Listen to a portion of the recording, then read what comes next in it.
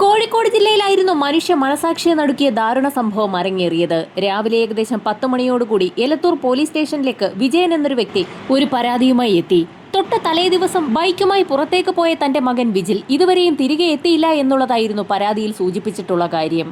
മകൻ സാധാരണയായി കൂട്ടുകാർക്കൊപ്പം സിനിമയ്ക്ക് പോകാറുള്ളതുകൊണ്ട് തന്നെ രാത്രി 12 മണിയോട് കൂടിയെങ്കിലും മടങ്ങിയെത്തിയേക്കുമെന്നാണ് വിജിലിന്റെ അമ്മ കരുതിയത്. എന്നാൽ രാവിലെയായിട്ടും മകനെ കാണാത്ത സാഹചര്യത്തിലാണ് എന്തോ ചില സംശയങ്ങൾ തോന്നിയ വിജിലിന്റെ അമ്മ അക്കാര്യം അവരുടെ ഭർത്താവ് വിജയനെ അറിയിച്ചത്. വിജിലിന്റെ മൊബൈലിൽ വിളിച്ചു നോക്കിയപ്പോൾ ഫോൺ സ്വിച്ച്ഡ് ഓഫ് ആയിരുന്നു. അതുകൊണ്ട് തന്നെ വിജിലിന്റെ സുഹൃത്തുക്കളുടെ വീട്ടിലെത്തി വിജയൻ ഒരു അന്വേഷണം നടത്തി. നിഖിൽ, രഞ്ജിത്ത്, ദീപേഷ് എന്നീ 3 സുഹൃത്തുക്കളുടെ വീട്ടിലെത്തിയാണ് വിജയൻ അന്വേഷണം നടത്തിയത്. നിഖിലിന്റെ വീട്ടിലെത്തിയ വിജയൻ വിജിലിനെ വിളിച്ചിട്ട് ഫോൺ കിട്ടുന്നില്ല എന്നുള്ള കാര്യം കൂട്ടുകാരനെ അറിയിച്ചു. അവന്റെ ഫോണിൽ നിന്ന് വിളിച്ചു നോക്കിയപ്പോഴും വിജിലിന്റെ ഫോൺ സ്വിച്ച്ഡ് ഓഫ് ആയിരുന്നു. വളരെ ദുഃഖത്തോടുകൂടി വിജയൻ തന്റെ വീട്ടിലെത്തി അക്കാര്യം ഭാര്യയെയും വിജിലിന്റെ മൂത്ത സഹോദരനായ വിജിത്തിനോട് പറയുകയും ചെയ്തു. ഒരു ദിവസം മുഴുവനും വിജിലിന്റെ പിതാവായ വിജയനും സഹോദരൻ വിജിത്തും കൂടി വിജിലിനെ തേടി ആ നാടാകെ അലഞ്ഞു. സുഹൃത്തുക്കളായ രഞ്ജിത്തിന്റെയും ദീപേഷിന്റെയും വീടുകളിൽ മാറി മാറി തിരക്കിയെങ്കിലും അവർക്കാർക്കും വിജിലിനെക്കുറിച്ച് യാതൊരു അറിവുമില്ല എന്നായിരുന്നു അവരാ വീട്ടുകാരോട് പറഞ്ഞത്. എങ്കിൽ പോലും ആ വീടുകളിൽ നിന്ന് അന്വേഷണം പൂർത്തിയാക്കി തിരികെ നടന്നു പോകുന്നതിനിടയിൽ വിജിലിന്റെ സഹോദരനായ വിജിത്ത് തന്റെ പിതാവായ വിജയനോട് മറ്റൊരു കാര്യം സൂചിപ്പിച്ചു. സുഹൃത്തുക്കളായ മൂവർ സംഘം അറിയാതെ വിജിൽ എവിടെയും പോകാൻ സാധ്യതയില്ല എന്നുള്ളതായിരുന്നു ആ സഹോദരൻ തന്റെ പിതാവിനോട് പറഞ്ഞത്. മകനെക്കുറിച്ച് അന്വേഷണം നടത്തിയിട്ട് ഒരു വിവരവും ലഭിക്കാത്ത സാഹചര്യത്തിലായിരുന്നു പിതാവ് വിജയൻ എലത്തൂർ സ്റ്റേഷനിലെത്തി മകൻ വീട്ടിൽ നിന്ന് കൊണ്ടുപോയ ബൈക്കിന്റെ ഡീറ്റെയിൽസും മകന്റെ ഫോൺ നമ്പറും ഫോട്ടോയും ഉൾപ്പെടെ നൽകി ഒരു പരാതി നൽകിയത്. തൊട്ടടുത്ത ദിവസം തന്നെ വിജയന്റെ ഫോണിലേക്ക് സ്റ്റേഷനിൽ നിന്നും SI വിളിക്കുകയും ചെയ്തു. വിജിലിന്റെ ബൈക്ക് കോഴിക്കോട് റെയിൽവേ സ്റ്റേഷന്റെ പാർക്കിംഗ് ഏരിയയിൽ നിന്നും പോലീസ് സംഘം കണ്ടെത്തിയിരിക്കുകയാണ്. ആ ബൈക്കിന്റെ മുൻഭാഗത്തുള്ള ബാഗിൽ നിന്നും സ്വിച്ച്ഡ് ഓഫ് ആക്കി വെച്ച നിലയിൽ വിജിലിന്റെ മൊബൈലും കണ്ടെത്തിയിട്ടുണ്ട്. മൊബൈൽ ഫോൺ സ്വിച്ച്ഡ് ഓഫ് ആക്കി വെച്ചതിന് ശേഷം വിജിൽ എവിടേക്കാണ് പോയതെന്ന് പോലീസിന് സംശയം തോന്നി. ട്രെയിനിൽ കയറി വിജിൽ എവിടേക്കെങ്കിലും നാടുവിട്ട് പോയതാണോ എന്ന് പോലീസ് സംഘം ഉടൻ തന്നെ ഒരു അന്വേഷണം നടത്തി. പിതാവ് വിജയനാകട്ടെ കൂടെ സ്റ്റേഷനിലെത്തി മകന്റെ തിരോധാനത്തെക്കുറിച്ചുള്ള കാര്യങ്ങൾ തിരക്കുന്നുമുണ്ടായിരുന്നു. ആദ്യഘട്ടത്തിലൊക്കെ പോലീസ് അന്വേഷണം വളരെ തകൃതിയായി നടന്നു. പതുക്കെ അന്വേഷണവും ആറി തണുത്തു തുടങ്ങി. ഇതിനിടയിൽ സ്റ്റേഷനിലെത്തിയ പിതാവ് വിജയൻ വിജിലിന്റെ സുഹൃത്തുക്കളായ മൂവർ സംഘം അറിയാതെ വിജിലെങ്ങും പോകാൻ സാധ്യതയില്ല എന്ന് പറഞ്ഞതോടുകൂടി പോലീസ് സംഘം മൂവർ സംഘത്തെ സ്റ്റേഷനിലേക്ക് വിളിച്ചു വരുത്തി ചോദ്യം ചെയ്തു. തങ്ങൾക്കൊന്നും അറിയില്ല എന്നായിരുന്നു നിഖിലും രഞ്ജിത്തും ദീപേഷും പോലീസിനോട് പറഞ്ഞത്. സുഹൃത്തുക്കളായ മൂവർ സംഘം പറഞ്ഞ മൊഴി പോലീസ് സ്റ്റേഷനിൽ നിന്നും ഉടൻ തന്നെ വിജയനെ വിളിച്ചറിയിച്ചു. മൂവർ സംഘത്തിന് ആ സംഭവവുമായി ബന്ധമില്ല എന്നും അവരെ ഒരു കാരണവശാലും സംശയിക്കേണ്ട കാര്യമില്ല എന്നും പോലീസ് സ്റ്റേഷനിൽ നിന്നും വിളിച്ചറിയിച്ചു. കേസ് അന്വേഷണം എങ്ങും എത്താതെ വന്ന സാഹചര്യത്തിൽ വിജയൻ വീണ്ടും കോഴിക്കോട് സിറ്റി പോലീസ് കമ്മീഷണറെ കാണുകയും വിവരം ധരിപ്പിക്കുകയും ചെയ്തു. കമ്മീഷണർ ഓഫീസിൽ നിന്ന് ആവശ്യപ്പെട്ടിട്ടും കാര്യമായ അന്വേഷണമൊന്നും തന്നെ പോലീസ് സ്റ്റേഷനിൽ നിന്നും ഉണ്ടായില്ല. സുഹൃത്തുക്കളായ മൂവർ സംഘത്തിന് പല പ്രാവശ്യം വിജിലിന്റെ അച്ഛനും അമ്മയും കണ്ട് സംസാരിച്ചെങ്കിലും തങ്ങൾക്കൊന്നും അറിയില്ല എന്നുള്ള മറുപടിയിൽ തന്നെയാണ് ആ സുഹൃത്തുക്കൾ ഉറച്ചു നിന്നത്. പോലീസ് സ്റ്റേഷൻ കയറിയിറങ്ങി ദിവസങ്ങളും മാസങ്ങളും കടന്നുപോയിക്കൊണ്ടേയിരുന്നു. ഇതിനിടയിൽ തന്റെ മകനെ കണ്ടെത്താൻ ഇനി എന്താണ് ചെയ്യേണ്ടതെന്ന് ആലോചിച്ചുകൊണ്ടിരിക്കുന്നതിനിടയിലായിരുന്നു സ്ഥലം MLA ഒന്ന് കണ്ട് പരാതി നൽകുന്നതിനായി വിജയൻ തീരുമാനിച്ചതും MLAയുടെ വീട്ടിലേക്ക് എത്തിയതും. MLAയുടെ വീട്ടിലെത്തിയപ്പോൾ അദ്ദേഹം സ്ഥലത്തില്ലാത്ത സാഹചര്യത്തിൽ വിജയന്റെ മൊബൈൽ നമ്പർ MLAയുടെ ഭാര്യ എഴുതി വാങ്ങുകയും ചെയ്തു. അന്ന് വൈകുന്നേരം തന്നെ MLAയുടെ ഫോണിൽ നിന്നും വിജയൻ ഒരു കോൾ ലഭിക്കുകയും ചെയ്തു. എത്രയും പെട്ടെന്ന് തന്നെ വന്ന് കാണണമെന്നായിരുന്നു MLA വിജയനെ വിളിച്ചറിയിച്ചത്. വിവരമറിഞ്ഞ ഉടൻ തന്നെ MLAയുടെ വീട്ടിലേക്ക് വിജയൻ പുറപ്പെടുകയും തനിക്ക് പറയാനുണ്ടായിരുന്ന കാര്യങ്ങളൊക്കെ അദ്ദേഹത്തോട് പറഞ്ഞ് ധരിപ്പിക്കുകയും ചെയ്തു. പോലീസ് സംഘം ഇത്രയും കാലം അന്വേഷിച്ചിട്ടും കേസ് എങ്ങും എത്താത്ത സാഹചര്യത്തിൽ വിജിലിനെ കാണാതായിട്ടുള്ള പരാതി വിശദമായി തന്നെ എഴുതി മുഖ്യമന്ത്രി പിണറായി വിജയന് നേരിട്ട് നൽകാമെന്നായിരുന്നു MLA വിജയനോട് പറഞ്ഞത്. മകനെ കാണാതായതു മുതൽ അതുവരെ നടന്ന മുഴുവൻ കാര്യങ്ങളും അക്കമിട്ട് നിരത്തി തന്നെ വിശദമായൊരു പരാതി രൂപേണ വിജയൻ എഴുതി തയ്യാറാക്കുകയും ആ പരാതി MLAക്ക് നേരിട്ട് കൈമാറുകയും ചെയ്തു. പരാതി MLAക്ക് കൈമാറി ഏകദേശം 2 ദിവസം പിന്നിട്ടപ്പോഴായിരുന്നു എലത്തൂർ പോലീസ് സ്റ്റേഷനിൽ നിന്നും പോലീസ് ഉദ്യോഗസ്ഥന്റെ ഒരു ഫോൺ കോൾ വിജയനെ തേടിയെത്തുന്നത്. കേസന്വേഷണത്തിന്റെ ഭാഗമായാകും പോലീസുകാർ തന്നെ വിളിക്കുന്നതെന്നായിരുന്നു വിജയൻ ആദ്യം കരുതിയത്. എന്നാൽ പോലീസ് ഇൻസ്പെക്ടർ വിജയന്റെ വീട്ടിലേക്ക് വരുന്നു എന്നറിയിക്കുന്നതിനായിരുന്നു ഫോൺ വിളിച്ചത്. പോലീസ് ജീപ്പിലെത്തിയ ഇൻസ്പെക്ടർ അതുവരെ നടന്ന മുഴുവൻ കാര്യങ്ങളും വിജയനോട് വളരെ സൗഹാർദ്ദപരമായി ചോദിച്ച് മനസ്സിലാക്കുകയും ചെയ്തു. തന്റെ മകനെ കാണാതായ സംഭവത്തിൽ ഇപ്പോഴാണ് വളരെ നല്ലൊരു ഇടപെടൽ ഉണ്ടായതെന്ന് വിജയന് ബോധ്യമാവുകയും ചെയ്തു. മകന്റെ സുഹൃത്തുക്കളായ നിഖിലിനെയും രഞ്ജിത്തിനെയും ദീപേഷിനെയും തനിക്ക് സംശയമുണ്ടെന്നുള്ള കാര്യം കൂടി വിജയൻ ഇൻസ്പെക്ടറെ അറിയിച്ചു. അവരെയൊക്കെ താൻ കണ്ട് വിശദമായി ചോദ്യം ചെയ്തു കൊള്ളാമെന്ന് വാക്കു നൽകിയ ശേഷമായിരുന്നു ഇൻസ്പെക്ടർ രഞ്ജിത്ത് അവിടെ നിന്നും കടന്നുപോയത്. തൊട്ടടുത്ത ദിവസം തന്നെ ഇൻസ്പെക്ടർ സുഹൃത്തുക്കളെയൊക്കെ കോണ്ടാക്ട് ചെയ്യുന്നതിനു വേണ്ടി നടപടികൾ സ്വീകരിച്ചു. നിഖിലിന്റെയും ദീപേഷിന്റെയും മൊബൈൽ ഫോണുകളിലേക്ക് വിളിക്കുകയും അവരെ സ്റ്റേഷനിലേക്ക് വിളിച്ചു വരുത്തി വിശദമായി ചോദ്യം ചെയ്യുകയും ചെയ്തു. ചോദ്യം ചെയ്യലിന് ശേഷം എന്തെങ്കിലും ആവശ്യമുണ്ടായാൽ ഇനിയും സ്റ്റേഷനിലേക്ക് വിളിപ്പിക്കുമെന്ന് ഒരു താക്കീത് നൽകിയതിനു ശേഷമായിരുന്നു ഇരുവരെയും സ്റ്റേഷനിൽ നിന്നും വിട്ടയച്ചത്. നിഖിലും ദീപേഷും സ്റ്റേഷനിൽ നിന്ന് പോയ ആ നിമിഷത്തിൽ തന്നെ അവർ സംസാരിച്ച കാര്യങ്ങൾ മുഴുവൻ ഫോണിൽ റെക്കോർഡ് ചെയ്തെടുക്കുകയായിരുന്ന ഇൻസ്പെക്ടർ അവർ പറഞ്ഞ മൊഴികളൊക്കെ ഒന്നുകൂടി ആവർത്തിച്ച് കേട്ടുനോക്കി. അവർ പറഞ്ഞ കാര്യങ്ങളൊക്കെ ആവർത്തിച്ച് കേട്ടുനോക്കിയ ഇൻസ്പെക്ടർ 2 ദിവസങ്ങൾക്ക് ശേഷം നിഖിലിനെയും ദീപേഷിനെയും 2 സമയത്ത് വീണ്ടും സ്റ്റേഷനിലേക്ക് വിളിച്ചു വരുത്തി ചോദ്യം ചെയ്തു. വളരെ വിശദമായി എഴുതി തയ്യാറാക്കിയ ചോദ്യാവലിയുടെ അടിസ്ഥാനത്തിലായിരുന്നു നിഖിലിനെയും ദീപേഷിനെയും SI ചോദ്യം ചെയ്തത്. അവർ പറഞ്ഞ ഓരോ മൊഴികളും അവരറിയാതെ തന്നെ ഇൻസ്പെക്ടർ തന്റെ ഫോണിൽ റെക്കോർഡ് ചെയ്യുന്നുണ്ടായിരുന്നു. ചോദ്യം ചെയ്യലിന് ശേഷം അവർ നേരത്തെ പറഞ്ഞ മൊഴികളും ഇപ്പോൾ പറഞ്ഞിട്ടുള്ള മൊഴികളും വീണ്ടും വീണ്ടും ഇൻസ്പെക്ടർ തന്റെ ഫോണിലുള്ളത് കേട്ടുനോക്കി. ആ സമയത്തായിരുന്നു നിഖിൽ പറഞ്ഞ മൊഴികളിൽ ചില വൈരുദ്ധ്യങ്ങളുണ്ടെന്ന് ഇൻസ്പെക്ടർക്ക് വ്യക്തമാകുന്നത്. ആദ്യം ചോദ്യം ചെയ്ത സമയത്ത് നിഖിൽ പറഞ്ഞ മൊഴികളിൽ നിന്നും കണക്ട് ചെയ്ത് ഉണ്ടാക്കിയെടുത്ത വിശദമായൊരു ചോദ്യാവലിയാണ് രണ്ടാമത്തെ ചോദ്യം ചെയ്യലിനു വേണ്ടി ഇൻസ്പെക്ടർ തയ്യാറാക്കി വെച്ചിരുന്നതും നിഖിലിനോട് ചോദിച്ചതും. കാണാതായ സുഹൃത്ത് വിജിലിനെ അവസാനമായി കണ്ടത് എപ്പോഴാണെന്നും ഒടുവിൽ സംസാരിച്ചത് എപ്പോഴാണെന്നുമൊക്കെ മാറ്റിയും മറിച്ചും ചോദിച്ചപ്പോൾ 2 ചോദ്യം ചെയ്യലിലും വ്യത്യസ്തമായ മറുപടികളാണ് നിഖിലും ദീപേഷും നൽകിയിരിക്കുന്നത്. ഏതാനും ദിവസങ്ങൾക്ക് ശേഷം നിഖിൽ അറിയാതെ തന്നെ സുഹൃത്ത് ദീപേഷിനെ പോലീസ് സംഘം രഹസ്യമായി ഒന്നുകൂടി സ്റ്റേഷനിലേക്ക് വിളിച്ചു വരുത്തി ചോദ്യം ചെയ്തു. ചില നിർണായക ചോദ്യങ്ങളായിരുന്നു ഇത്തവണ ഇൻസ്പെക്ടർ ചോദിച്ചത്. നിഖിലും രഞ്ജിത്തും ദീപേഷും ചേർന്നാണ് സുഹൃത്ത് വിജിലിനെ കൊലപ്പെടുത്തിയതെന്നുള്ള കാര്യം തങ്ങൾ കണ്ടെത്തിക്കഴിഞ്ഞുവെന്നായിരുന്നു ഇൻസ്പെക്ടർ ദീപേഷിനോട് പറഞ്ഞത്. ആ നിമിഷത്തിൽ തന്നെ പോലീസ് സംഘമെല്ലാം കണ്ടെത്തിക്കാണുമെന്ന് കരുതി മുഖം പൊത്തി ദീപേഷ് കരയുകയാണ് ചെയ്തത്. തങ്ങൾക്കൊരബദ്ധം പറ്റിയതാണെന്ന് പറഞ്ഞുകൊണ്ട് നടന്ന സംഭവങ്ങൾ മുഴുവനായും ദീപേഷ് പോലീസിന് മുൻപാകെ വെളിപ്പെടുത്തി. വിജിലിനെ കാണാനില്ല എന്ന് വീട്ടുകാർ പരാതി നൽകുന്നതിന്റെ തലേ ദിവസം വിജിൽ ഉൾപ്പെടുന്ന 4 സംഘം കായൽ തീരത്തിന് സമീപമിരുന്ന് മദ്യപിക്കുകയായിരുന്നു. ഈ സമയത്താണ് നിഖിൽ തന്റെ കൈവശമുള്ള മയക്കുമരുന്ന് അവരെയൊക്കെ കാണിക്കുന്നതും സുഹൃത്തുക്കൾക്ക് മുൻപിൽ ഇരുന്നു കൊണ്ട് തന്നെ അത് തന്റെ കയ്യിലേക്ക് കുത്തിവെക്കുകയും ചെയ്തത്. അത് യഥാർത്ഥ ലഹരിയാണെന്നും ഇത് ഉപയോഗിക്കാത്തവർ ജീവിച്ചിരുന്നിട്ട് യാതൊരു കാര്യവുമില്ല എന്ന് നിഖിൽ സുഹൃത്തുക്കളോട് പറഞ്ഞപ്പോൾ സുഹൃത്തുക്കൾക്കും ആവേശമായി. അങ്ങനെയായിരുന്നു നിഖിലിന്റെ കൈവശമുണ്ടായിരുന്ന മയക്കുമരുന്ന് ബാക്കിയുള്ള സുഹൃത്തുക്കൾ ചേർന്ന് ഉപയോഗിക്കാൻ തീരുമാനിച്ചത്. കയ്യിലേക്ക് കുത്തിവെക്കുന്ന മടികൊണ്ട് ആ 3 സംഘം അത് വിഴുങ്ങുകയാണ് ചെയ്തത്. ഏതാനും നിമിഷങ്ങൾക്കകം തന്നെ നിഖിലിനെ പോലെ തന്നെ ബാക്കിയുള്ള സുഹൃത്തുക്കളും ഉറക്കെ ചിരിക്കാനും വളരെ സന്തോഷത്തോടുകൂടി സംസാരിക്കാനും തുടങ്ങി. ഏതാനും നിമിഷങ്ങൾക്കകം തന്നെ ആ 4 സംഘം ബോധം കെട്ട് ആ കായൽക്കരയിൽ കിടന്നുറങ്ങുകയും ചെയ്തു.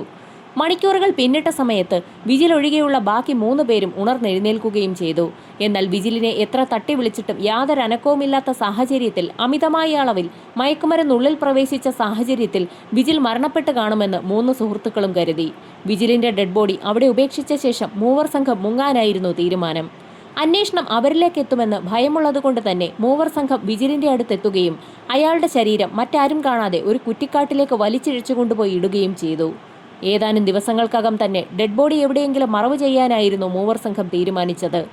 അതിനുശേഷം വിജിലിന്റെ മൊബൈൽ ഫോൺ കയ്യിലേക്കെടുത്ത സുഹൃത്തുക്കൾ വിജിലും തങ്ങളുമായുള്ള കോണ്ടാക്റ്റുകൾ ആർക്കും മനസ്സിലാകാതിരിക്കുന്നതിന് വേണ്ടി അവനുമായിട്ടുണ്ടായിരുന്ന എല്ലാ ഫോട്ടോസും അതോടൊപ്പം തന്നെ വിളിച്ചിട്ടുള്ള കോളുകളും വാട്സാപ്പ് ചാറ്റുകളും എല്ലാം തന്നെ ഡിലീറ്റ് ചെയ്തു. അതിനുശേഷം മൊബൈൽ ഫോൺ സ്വിച്ച് ഓഫ് ആക്കി വിജിലിന്റെ ബൈക്കിന്റെ കവറിലേക്കിടുകയും ചെയ്തു. പിന്നീടാണ് ആർക്കും സംശയം തോന്നാത്ത രീതിയിൽ വിജിലിന്റെ ബൈക്ക് കോഴിക്കോട് കല്ലായിലെ റെയിൽവേ സ്റ്റേഷന് സമീപമുള്ള പാർക്കിംഗ് ഏരിയയിൽ കൊണ്ടുപോയി വെക്കുന്നത്. ബൈക്ക് അവിടെ പാർക്ക് ചെയ്തതിനു ശേഷം 3 സംഘം മടങ്ങി വരുന്നതിനിടയിൽ ഒരു തീരുമാനവും എടുത്തു. ഏതെങ്കിലും കാരണവശാൽ പോലീസ് സംഘം വിജിലിന്റെ ഡെഡ് ബോഡി കണ്ടെത്തുകയാണെങ്കിൽ സ്വാഭാവികമായും അന്വേഷണം സുഹൃത്തുക്കളിലേക്കും എത്തും. അതുകൊണ്ട് തന്നെ വിജിലിന്റെ ബോഡി നശിപ്പിക്കണമെന്നുള്ള തീരുമാനത്തിലേക്കാണ് ആ 3 സുഹൃത്തുക്കളും പിന്നീടെത്തിയത്. അങ്ങനെ ആ സംഘം കുറ്റിക്കാടിന് സമീപം വിജിലിന്റെ ഡെഡ് ബോഡി വലിച്ചെറിഞ്ഞ ഭാഗത്തെത്തുകയും സമീപത്തുള്ള കായലിലേക്ക് തന്നെ ബോഡി കെട്ടിത്താഴ്ത്താൻ തീരുമാനിക്കുകയും ചെയ്തു. വിജിലിന്റെ മൃതദേഹം കായലിൽ കെട്ടിത്താഴ്ത്തിയ ശേഷം തിരികെ വീടുകളിലേക്ക് മടങ്ങിയെത്തിയ സമയത്തായിരുന്നു വിജിലിന്റെ അച്ഛൻ വിജയൻ മകനെ കണ്ടോ എന്ന് അന്വേഷിച്ചുകൊണ്ട് സുഹൃത്തുക്കളെ സമീപിച്ചത്. ആ പിതാവിന്റെ മുമ്പിൽ വെച്ച് തന്നെ ആ 3 സംഘം മകൻ വിജിലിനെ കണ്ടിട്ടില്ല എന്ന് പറഞ്ഞുകൊണ്ട് തന്നെ തകർത്തഭിനയിക്കുകയും ചെയ്തു.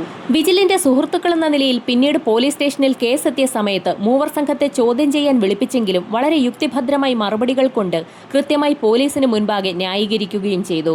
വിജിലിനെ അന്വേഷിച്ച് പോലീസ് സംഘവും അതോടൊപ്പം തന്നെ വിജിലിന്റെ പിതാവും സഹോദരനുമൊക്കെ നാടാകെ അലയുന്ന സമയത്ത് സുഹൃത്തുക്കളായ 3 സംഘം സ്ഥിരമായി വിജിലിന്റെ മൃതദേഹം കെട്ടിത്താഴ്ത്തിയ കായൽ തീരത്തെത്തുന്നത് പതിവായിരുന്നു. അങ്ങനെ അവർ സ്ഥിരമായി എത്തിയ സമയത്തായിരുന്നു ഞെട്ടിക്കുന്ന ഒരു കാഴ്ച ആ കായലിനുള്ളിൽ കണ്ടത്. കായലിനോട് ചേർന്നുള്ള ചതുപ്പ് നിറഞ്ഞൊരു പ്രദേശത്താണ് വിജിലിന്റെ ശരീരം കെട്ടിത്താഴ്ത്തിയത്. ആ ഭാഗത്തു നിന്നും വൻതോതിൽ കുമിളകൾ പുറത്തേക്ക് വരുന്ന കാഴ്ചയായിരുന്നു ആ മൂവർ സംഘം കണ്ടത്.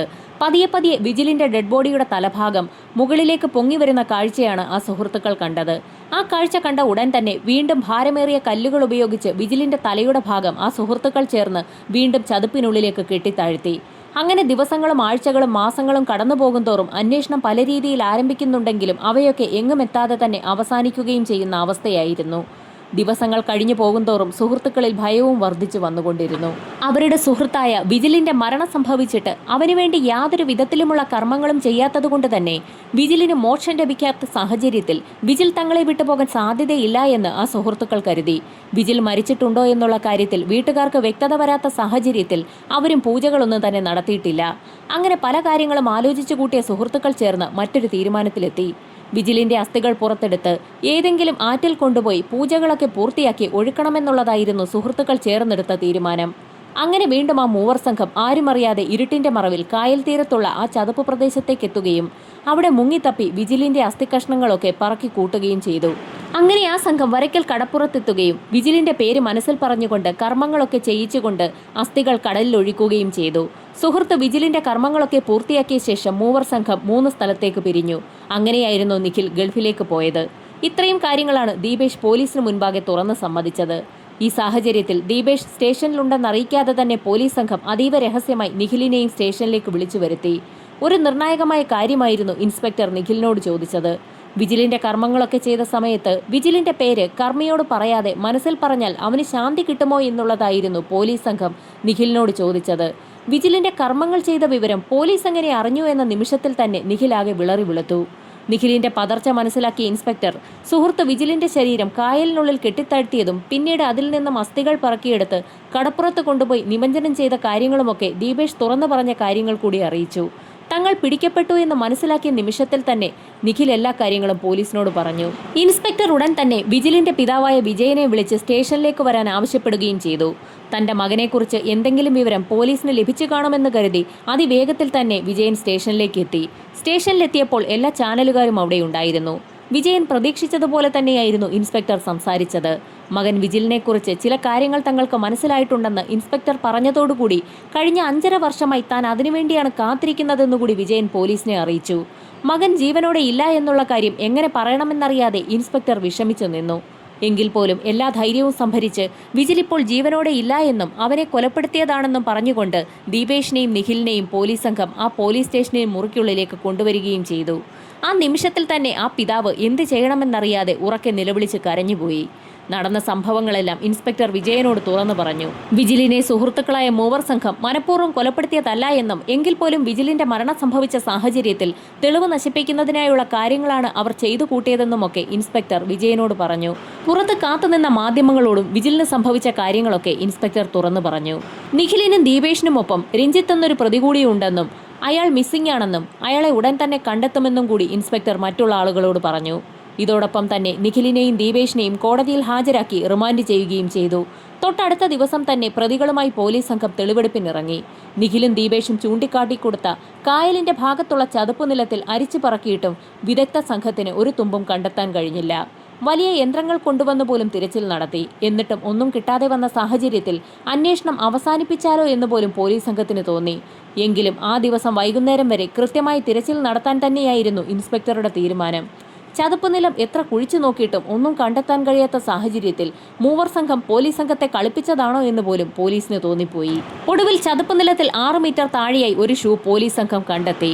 അത് വുഡ്ലാൻഡ് എന്ന കമ്പനിയുടെ ഷൂ ആണ്. അത് വിജിലിന്റെ തന്നെയാണെന്ന് സുഹൃത്തുക്കളും അതോടൊപ്പം തന്നെ വിജിലിന്റെ വീട്ടുകാരും തിരിച്ചറിഞ്ഞു.